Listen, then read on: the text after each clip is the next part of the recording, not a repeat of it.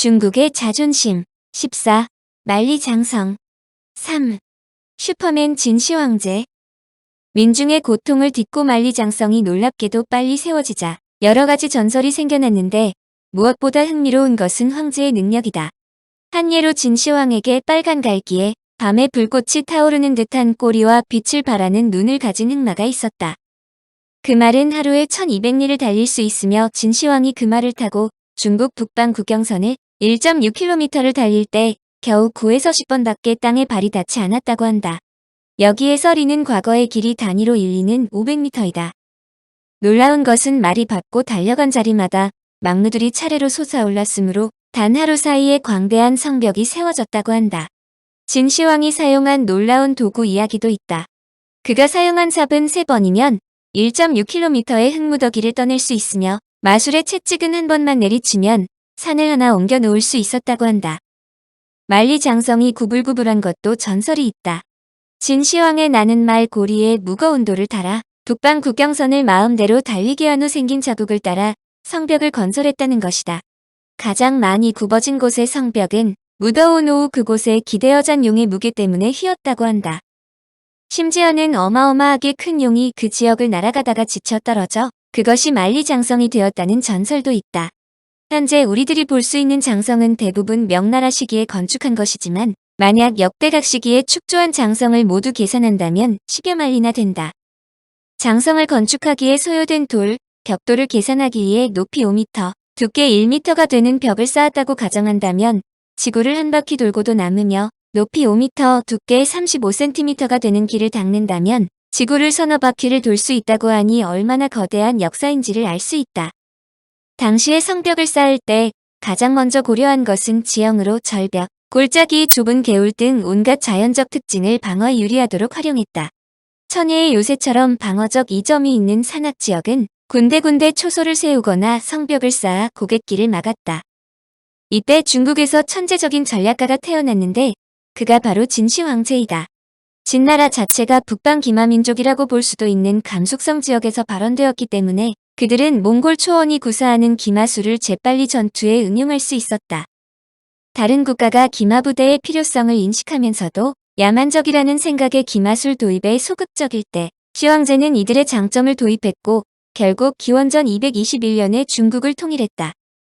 사실 만리장성이라는 말은 근래에 생긴 것으로 애초에는 요새를 뜻하는 완, 변경을 의미하는 색, 장벽을 뜻하는 장, 변진, 국경의 부대 혹은 국경의 성을 의미하는 변경 등으로 불렸다.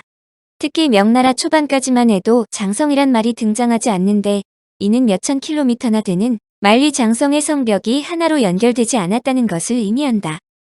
만리장성하면 진시황제를 떠올리는 이유는 진시황제 때 비로소 만리장성이라는 개념이 태어났기 때문이다. 진나라 이전에는 각 제후국이 자체 방어를 위해 나름대로의 전략과 전술을 토대로 장성을 건축했다. 이는 각 제후국의 적군이 서로 달라 굳이 통일적으로 장성을 쌓을 필요가 없었음을 의미한다. 그러나 중국을 통일한 진나라는 이전에 각 제후국이 건설한 성벽을 보강하거나 연결하는 것이 가능했다. 이로써 진정한 의미의 만리장성 개념이 태어난 것이다. 만리장성에서 성은 원래 흙으로 이룬다는 글자의 뜻처럼 흙벽을 의미한다. 유럽이나 일본에서 생각하는 성의 개념과 다른 것이다. 한마디로 장성은 길게 흙으로 이뤄진 것이라는 의미다. 그런데 흙으로 만든 성벽은 비가 오면 흘러내리기 십상이고 겨울에 혹독한 추위에 갈라지기 일수다. 따라서 주기적으로 보수를 하지 않으면 몇 년 지나지 않아 붕괴되기 쉽다. 실제로 현재 북중국과 몽골의 여러 장소에 성벽을 건설한 것으로 알려져 있지만 그 대부분은 흔적조차 남아있지 않다. 진시황제가 통일을 하자마자 왜 만리장성을 건설했는가에 대한 질문에 가장 그럴듯하면서도 또한 가장 받아들이기 힘든 설은 기원전 215년에 등장한 진을 멸망시키는 것은 망진자오라는 점술 때문이라는 것이다.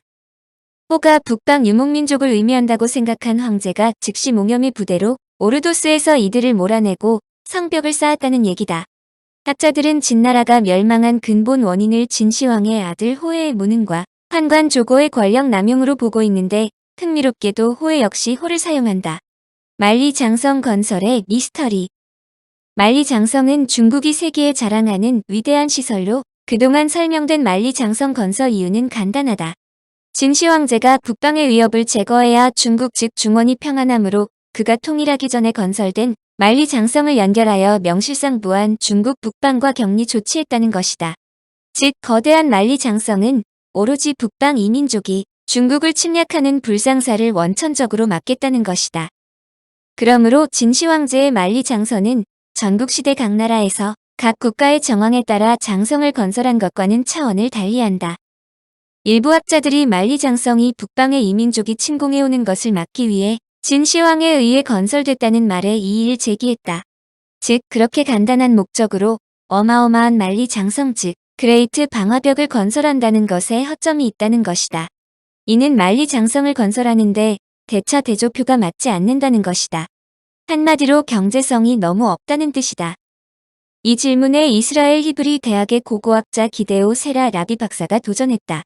라비 박사의 결론은 다소 엉뚱하다. 그의 결론은 만리장성이 사람들의 감시를 위해 건조되었다는 것이다. 라비 박사는 만리장성의 일부로 737km에 달하는 북방선에 초점을 맞추었다. 라비 박사는 2년 동안 드론의 공중 촬영과 위성사진을 이용하여 북방선을 조사한 결과 북방선이 군사적 효용도가 매우 낮다는 것을 발견했다. 북방선은 대체로 전망이 나쁜 골짜기에 저지대에 건축되어 있고 벽의 높이도 낮고 길 근처에 있다. 이 말은 군사적으로 절대 불리하다는 것을 의미한다. 더구나 북방선에는 탑과 요새도 건설되지 않았다. 라비 박사는 이런 내용을 볼 때 북방선은 적의 침공을 막기 위한 것이 아니라 중국 국내 사정과는 무관하게 이동하는 유목민과 가축의 이동을 제한하기 위한 것으로 추정했다. 한마디로 유목민에 과세하고 무역을 단속하기 위해 만들어진 것이라는 뜻이다. 라비 박사는 중국 북방은 지역적 위치상 때때로 큰 한파가 몰리므로 가축을 추위와 아사로부터 보호하기 위해 남하했는데 장성에서 이들 유목민의 입국을 관리하거나 또는 과세하기 위해 장성을 건설했다는 것이다. 특히 북방선 인근에 사각형이나 원형의 구조물이 있는데 사각형은 북방선에 근무하던 사람들의 거주지이고 원형은 북방선에 근무하던 사람들이 유목민으로부터 몰수하거나 세금으로 징수된 가축을 수용하는 동물사옥이라고 추정했다. 이런 설명이 상당한 파문을 가져온 것은 사실 만리장성에 대해 그동안 주장된 내용에 여러 가지 허점이 있기 때문이다. 만리장성이 건설 목적이 방어를 목적으로 했다면 만리장성을 지키기 위한 기본 병력이 상주해야 한다. 로마가 영국에 건설한 아드리안 성벽, 즉 현재의 스코틀랜드와 잉글랜드의 국경에 하드리아누스 황제가 쌓았는데 길이는 약 117km다. 이때 대체로 약 1km당 1개 중대, 즉 100명 정도의 상주 인원을 배치했다. 그렇다면 만리장성의 길이를 5000km로 계상하여 1km마다 적어도 50명을 배치한다고 하면 25만 명의 인원이 필요하다.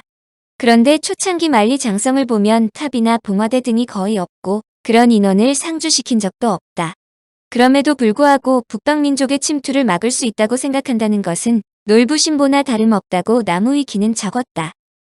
그동안의 중국을 비롯하여 각지의 전투를 보면 해자, 창건벽, 외곽성벽, 이중성벽 등등 온갖 방어시설로 철통같이 준비해도 함락되는 경우가 부지기수이다.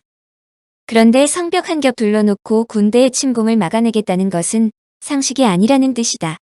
만리장성의 역할이 북방 기마 민족의 남침에 대한 방어선이 아니라 동서 교역을 하는 상단을 보호하는 가도와 역참으로서의 역할이 더 중요했었다는 주장인데 이는 이스라엘의 라비 박사의 주장과 견해를 같이 한다.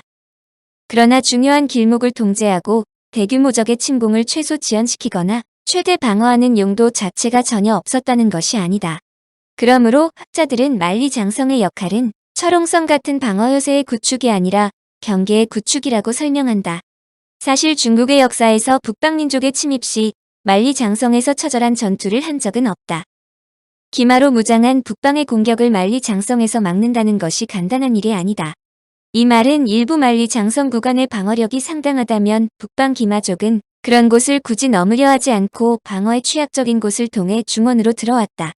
이 문제에 관한 한 만리장성을 쌓은 중국 측도 바보가 아니라는 뜻이다. 그러나 만약 장성이 없었다면 중원에서 기마족의 침공 및 약탈에 더 시달렸을 것임이 자명하다는 데는 공감한다. 즉 만리장성은 유목과 농경을 나누는 경계선이다. 화북과 몽골 고원에는 지형을 이용할 수 있는 방어선이 부족하기 때문에 인위적인 경계선을 만들어 놓고 그것을 기준 삼아서 유목민족과 농경민족을 구분해 두었다는 것이다. 사실 역사상 만리장성을 돌파하는 것이 불가능하지 않았지만 그럼에도 불구하고 통과가 용이한 길목은 한정되어 있으므로 나름대로 군사적인 역할을 한 것도 사실이다. 즉, 우회로를 찾는다는 자체가 큰 방어 효과를 얻을 수 있다는 뜻이다. 실제로 명청의 전투에서 청나라는 만리장성을 돌파하는데 문제가 없지만 만리장성을 돌파한 다음을 고려하지 않을 수 없었다.